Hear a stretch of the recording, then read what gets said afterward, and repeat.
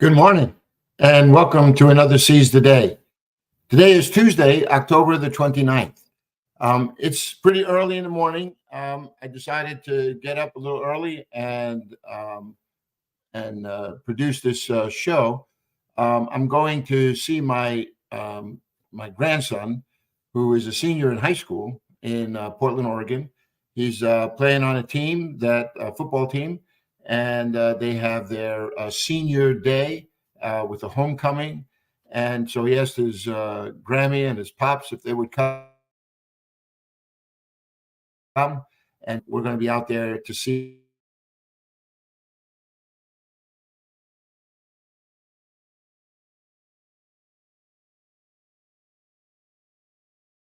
programming together and make sure that we are still on the same page.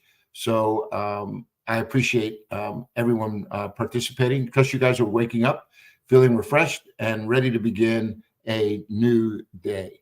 Well, we're in the midst of a series called Casket Empty.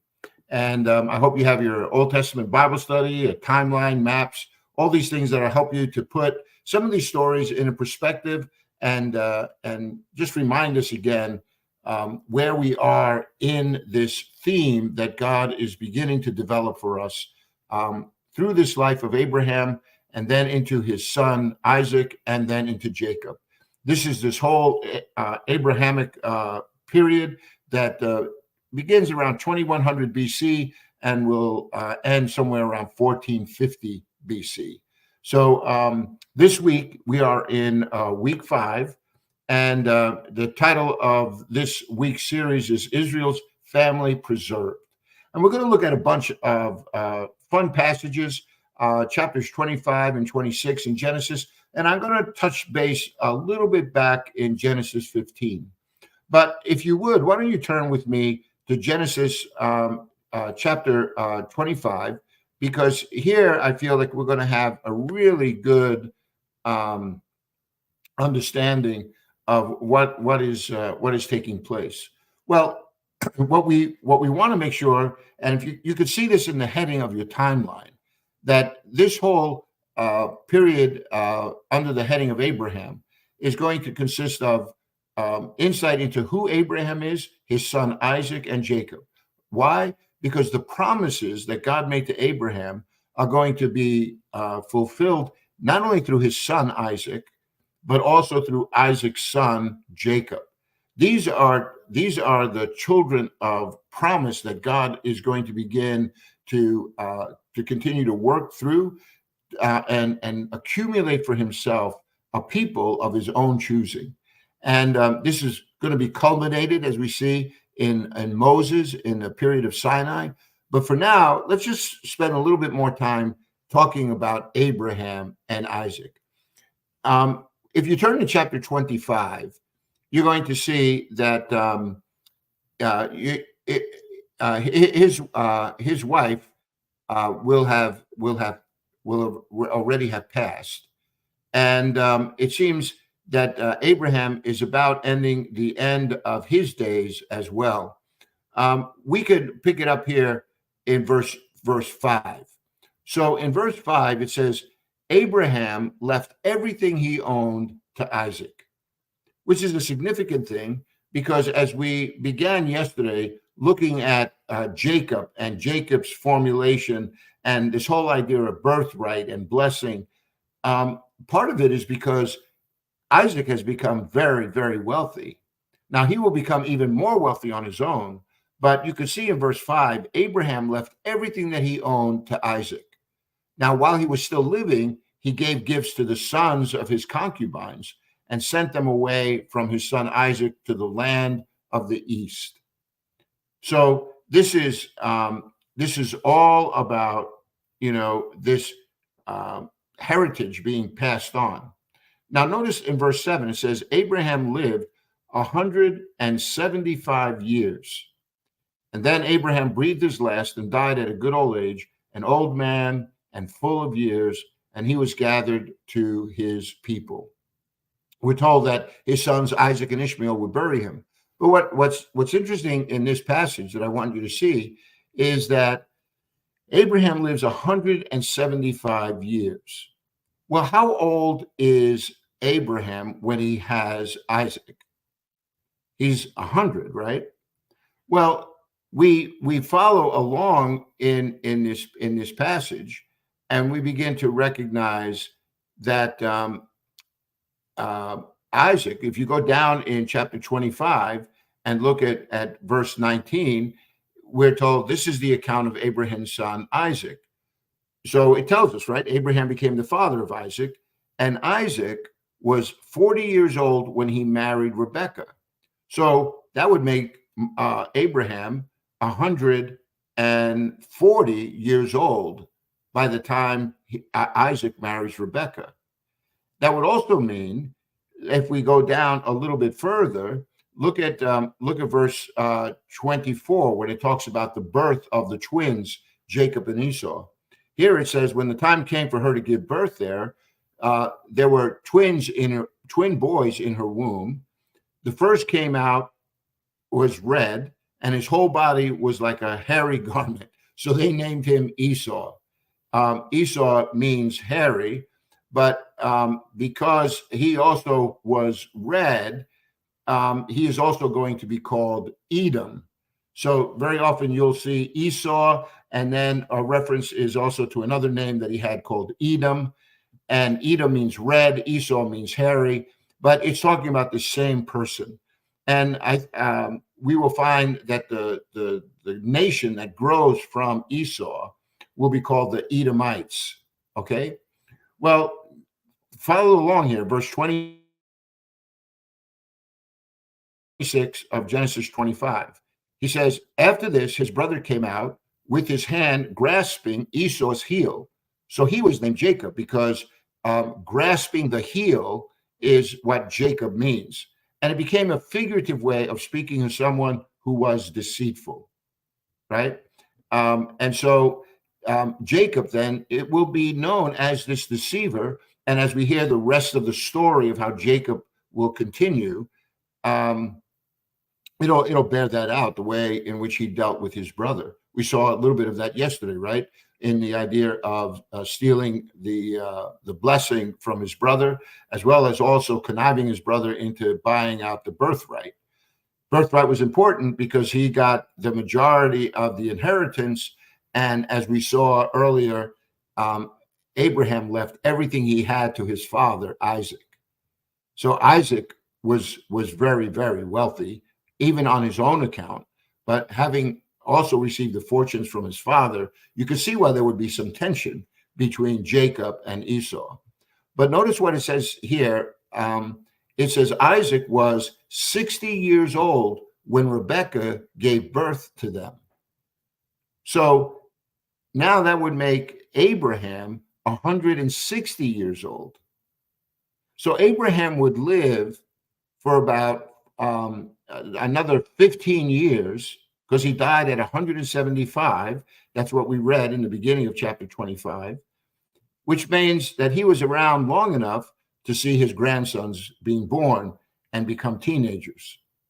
So he was also aware of their lives and how now this line was, progressing.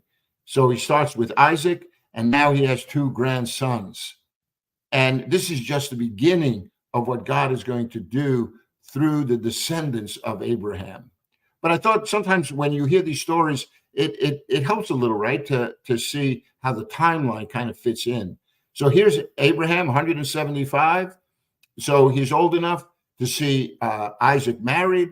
Isaac has these twins, and he lives to see the boys, live to about 14, 15 years of age. Now, there's a couple of other things that I want you to see here. Go down to chapter 26, and we read this in the opening chapters of chapter 26. And just to reiterate what we're doing here in these studies now, right? As I'm trying to give you this overarching history of the events that are unfolding and some of the significance of them. So with Abraham, God chose Abraham and said, Abraham, through you, I'm going to give all kinds of blessing, right? And we're going to look at that again in a moment in Genesis chapter 15. But for right now, I want you to see that blessing is being passed down to his son Isaac. So that means that this covenant is going to continue, just like God said to Abraham. He said that this is an everlasting covenant that I'm going to make with you and with your descendants. And so listen to what it says here. It says in the beginning of chapter 26 of the book of Genesis. It says, now there was a famine in the land, besides the earlier famine of Abraham's time. And Isaac went to Abimelech, king of the Philistines, in Gerar.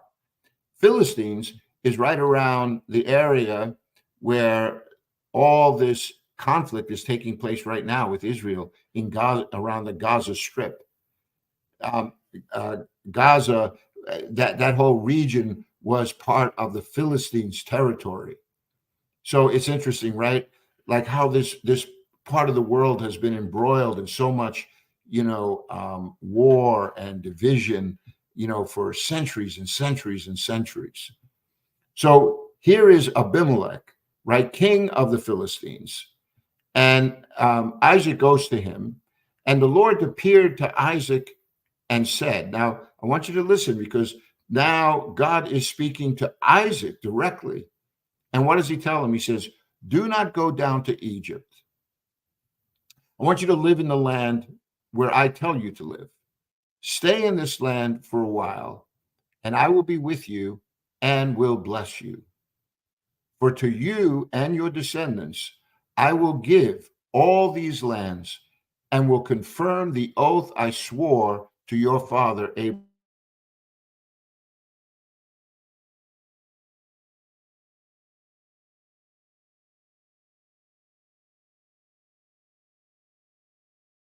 Earth will be blessed.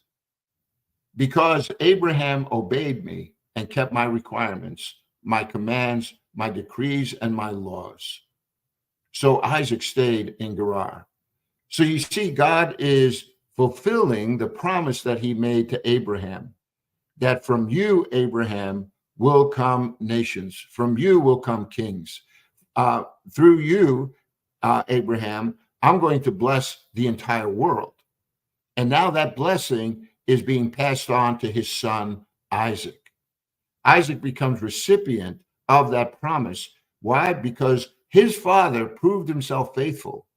And God is going to keep this covenant that he made with Abraham. So now, a couple of things that I want you to realize, that the covenant now is being passed down to his son. But I also want you to take notice, where is Isaac living now? He's living in Philistine country, isn't it? The king, Abimelech, is there. Well, remember the story about how Abraham was afraid because his wife Sarah was so beautiful that he pawned her off as his sister? Well, it appears that like father, like son, because here, look at verse 7 of chapter 26. It says, when the men of that place asked him about his wife, he said, she is my sister, because he was afraid to say, she is my wife. He thought, the men of this place will kill me on account of Rebekah, because she is beautiful. Now, she must have been a good-looking woman. Sarah was a good-looking woman, and it would not be unusual, right, for you know people with spurious motives, right, to want to take out Isaac so that they might marry his wife. But here's the thing: what did God just finish saying to him? God did not God say, "Listen, he says, I will be with you, and I will bless you." Right? So God's already demonstrate is saying to him, "Listen, the promise that I made to your father Abraham, I'm going to keep, and you are going to be the recipient of that." But you notice how all of that it pales in the face of this imagined threat that he had now before him. So despite what God says, he's still feeling like I gotta help God out a little bit here because these people might kill me.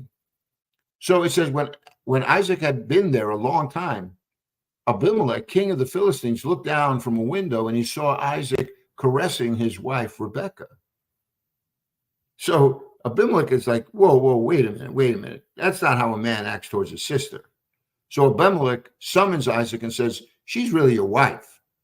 Why did you say she is my sister?" And so Isaac tells him plainly, right? Because I thought I might lose my life on account of her. So Abimelech said, "What is this you have done to us?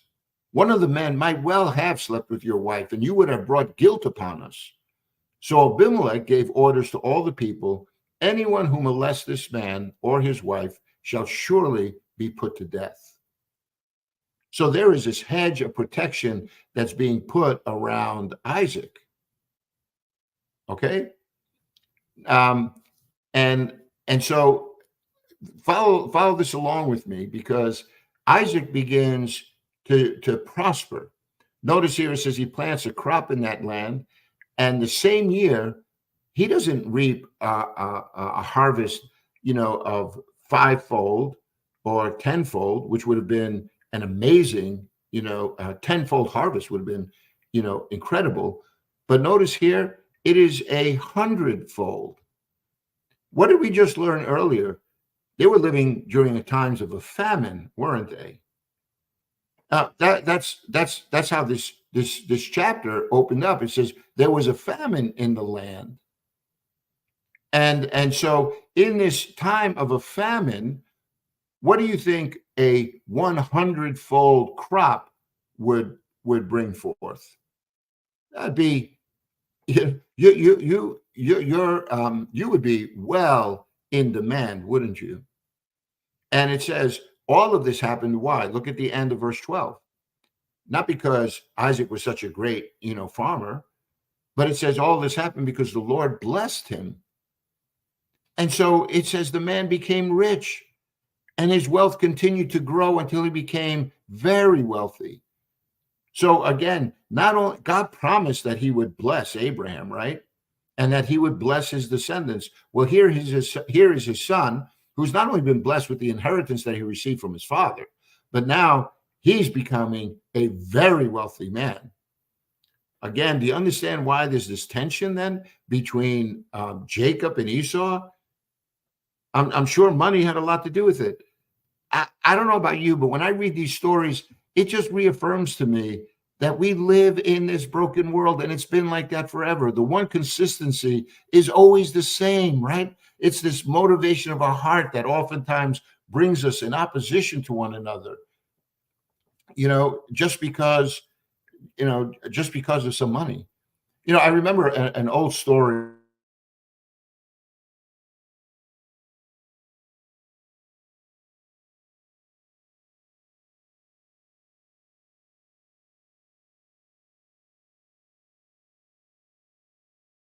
Um, the man was talking to the rabbi about becoming more and more wealthy, and the rabbi was trying to talk to him about his walk with God, and he didn't feel like he was getting anywhere. And so he took the man inside his store, in the room where he was, and it had a big window, and looking out on the window was a very busy street.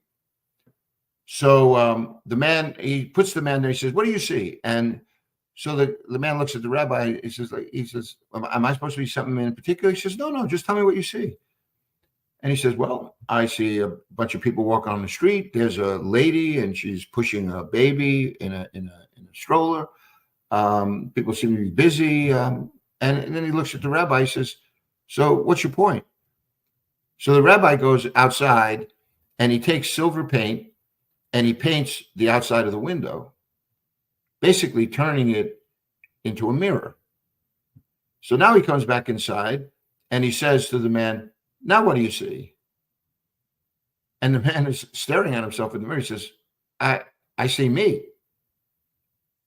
And the rabbi looks at him and says, "It's amazing what we see when we add just a little bit of silver." That's a good story. I think this is what happens with Esau and Jacob. He demonstrates these qualities too. But we'll see that God really begins to work in Jacob's heart, and Jacob becomes rather generous. He sends much of his goods back to his brother Esau later on in our story, right? He wants to bless Esau, and at that point Esau has done pretty well for himself. He says, "Look, I don't want your stuff," but Jacob says, "No, I want you to have this, for all of the struggles that I've put you through." So you see that there's this level of repentance that's taking place in Jacob's life. But for right now in our story, look again at this story. Isaac is becoming more and more wealthy. And then look at what it says in verse 14. He had so many flocks and herds and servants that what? That the Philistines envied him. And that envy then began to show itself in the way in which they were reacting against Isaac. Look at verse 15. So all the wells that his father's servants, Abraham's servants, right, had dug in the time of his father Abraham, the Philistines stopped up, filling them with earth. So now their envy, it takes a whole nother dimension. They become much more aggressive against Isaac right now. So much so that look what it says in verse 16. Abimelech, the king of the Philistines, that had been protecting and praising Isaac, now he says, "Listen, I want you to move away from us. You've become too powerful for us." So not only did his wealth that God blessed him with put him in the crosshairs of the Philistines, but now the very king wants to get rid of him. So Isaac moves away and he settles in another land. And then he goes about reopening the wells that he had dug. And as you continue to read in this chapter, it still doesn't go well with him, because wherever he moves, he digs these wells and the people complain, and he moves and moves until finally God uses all of that confrontation to bring him all the way down to Beersheba, where he will live. Look at verse 23. And while he's at Beersheba, notice what God has another conversation with him. He says, that night the Lord appeared to Isaac and said, "I am the God of your father Abraham. Do not be afraid, for I am with you. I will bless you, and you will increase the number of your descendants for the sake of my servant Abraham." So see, God's pleasure with Abraham is now beginning to fall on Isaac's shoulders. And Isaac is being blessed because of the promise that God made to his son. Because of what God made to his father, Abraham.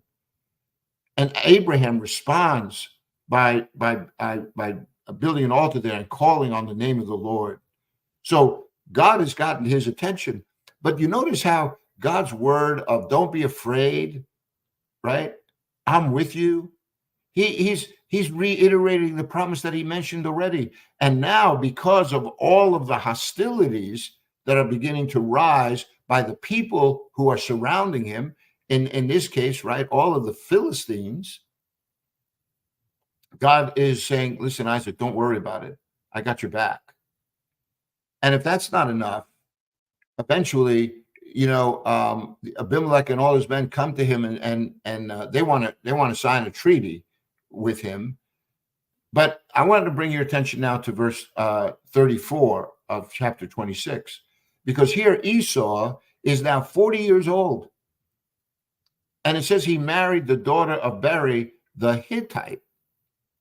So the Hittite nation, part of this land of Canaan, is now intermarrying with Esau. And notice what it says in 35, that they became a source of grief to Isaac and Rebekah. I bet you that this is a new thing, right? It's a son marries a woman, and it doesn't work out so well for the rest of the family. I'm sure this is just an aberration. That never happens in real life. Of course, it happens in real life. And so here you have increasing agitation. Now first it was the Philistines. Now it's the Hittites. The reason why I wanted you to look at Genesis chapter 15 with me again was because of what God says to Abraham here. So, and in closing, I want you to go back with me, and I want you to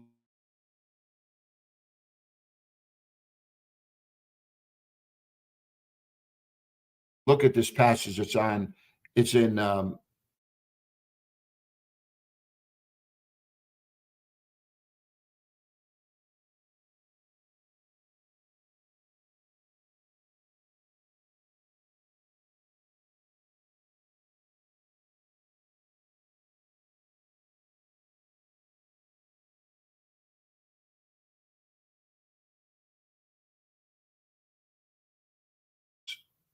you, however, will go to your fathers in peace and be buried at a good old age.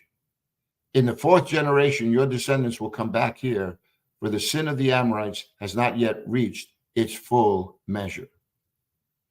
So this land that they are going to have, right, is this land that is filled with all these inhabitants in Canaan, and there some of them are mentioned at the end of this text here. It speaks about the Amorites, but you have all the Canaanites, all those people groups that live there that eventually are going to grow more and more hostile against Israel. And we know through Jacob and this story, right, that eventually God is going to bring Jacob all the way down to Egypt by virtue of his son Joseph. We'll talk a little bit more about that this week. But this nation that is going to enslave them for 400 years, what we're reading here in Genesis 15, is going to be Egypt. And then they're going to be delivered out of Egypt. They're going to go now to take possession of this promised land that God gave them, because judgment was going to come. So what I'm trying to say to you in today's study is, when you look at 25 and 26, you begin to see this progression, and you're starting to see things are heating up in this land. It's not going to be smooth sailing. Even though God says this is going to happen, it's always going to be this mixture of man devising his way, but God directing his steps. And I'm grateful for that, because God is going to fulfill his word and his promises, but not always the way we might expect. So today's stories, right, is all about how God is fulfilling a promise. And those promises, they take place in space and time. Isaac was the recipient of that. And as we'll see, right, Jacob was the recipient of that. And those promises continue. And so now in this story, we're just at the beginning of how God is unfolding all of this, but you cannot deny God's fingerprints all over this. How he's reiterating this covenant to Isaac, how he's protecting him, how he's blessing him. And yet you still have the environment around him growing increasingly more aggressive and hostile. Well, hey, can't wait to talk to you a little bit more about what takes place, later on in our story with Jacob and Esau and their sons. So I look forward to participating in that study with you again tomorrow, Lord willing. But go out today, be encouraged. When God makes a promise, he keeps it. And remember, God is good all the time. God bless you, my friends. Thank you for being such a part of our Seize the Day family. Trust this Tuesday, October 29th, you feel blessed. Lord willing, we'll see each other again tomorrow. God bless.